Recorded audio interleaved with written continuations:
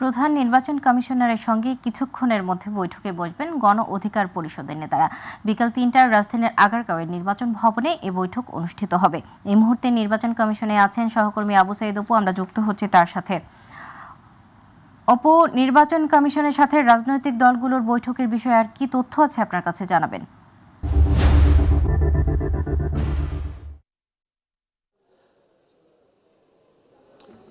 আপনাকে ধন্যবাদ। আপনি যেমনটি জানতে চেয়েছেন যে নির্বাচন কমিশন আজকে গণ অধিকার পরিষদ আসার কথা রয়েছে, তবে তার আগে একটি কথা না বললে নয় যে রাজনৈতিক পট পরিবর্তনের পর যে অন্তর্বর্তীকালীন সরকার গঠন হয়েছে, এরপরে কিন্তু আসলে নির্বাচন কমিশনের গঠন করা হয়। যে এই নির্বাচন কমিশন গঠন করার পরপরই কিন্তু আসলে তাদের যে কার্যক্রম, তাদের বিধি অনুযায়ী আরপিও এবং আপনার রোডম্যাপের যে বিষয়গুলো আছে সেই বিষয়গুলো নিয়ে তারা কাজ করছে এবং ভোটার তালিকা হালনাগাদের বিষয়ে তারা কাজ করছে। কিন্তু এর মাঝখানে কিন্তু আপনারা জানেন বিএনপি কিন্তু প্রধান নির্বাচন কমিশনের সঙ্গে এসে দেখা করে গেছেন। এরপর জামাত এসেছে, বেশ কিছু বাম দল এসেছে, তারা এসে দেখা করে তাদের নির্বাচনী প্রত্যাশাগুলো তারা ব্যক্ত করেছে। সেই ধারাবাহিকতায় আজকে কিন্তু বিকেল ৩টায় নির্বাচন কমিশনের আপনার যে নির্বাচন কমিশন সচিবালয় রয়েছে, এই সচিবালয়ের প্রধান নির্বাচন কমিশনার AM নাসিরউদ্দিনের সাথে দেখা করবেন গণ অধিকার পরিষদের যারা নেতৃবৃন্দ আছেন, তারা দেখা করবেন এবং দেখা করে তারা জানতে চাবেন যে আগামীতে আসলে জাতীয় সংসদ নির্বাচন দেবেন নাকি স্থানীয় সরকার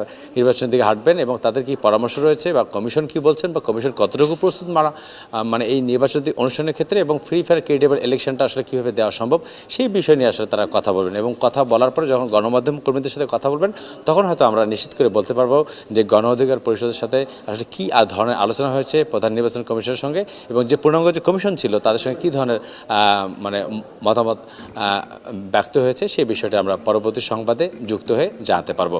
তো আসলে এটাই ছিল আমার কাছে সদা নির্বাচন কমিশন সচিবালয় থেকে সর্বশেষ খবর। তবে প্রশ্ন হলো একটাই এবং সবার উত্তর একটাই যে 14, 18, 24-এর মতো আর যেন নির্বাচনে কোনো পুনরাবৃত্তি না ঘটে সেই পথে হাঁটছে নির্বাচন কমিশন। সদা অপু, আপনাকে ধন্যবাদ।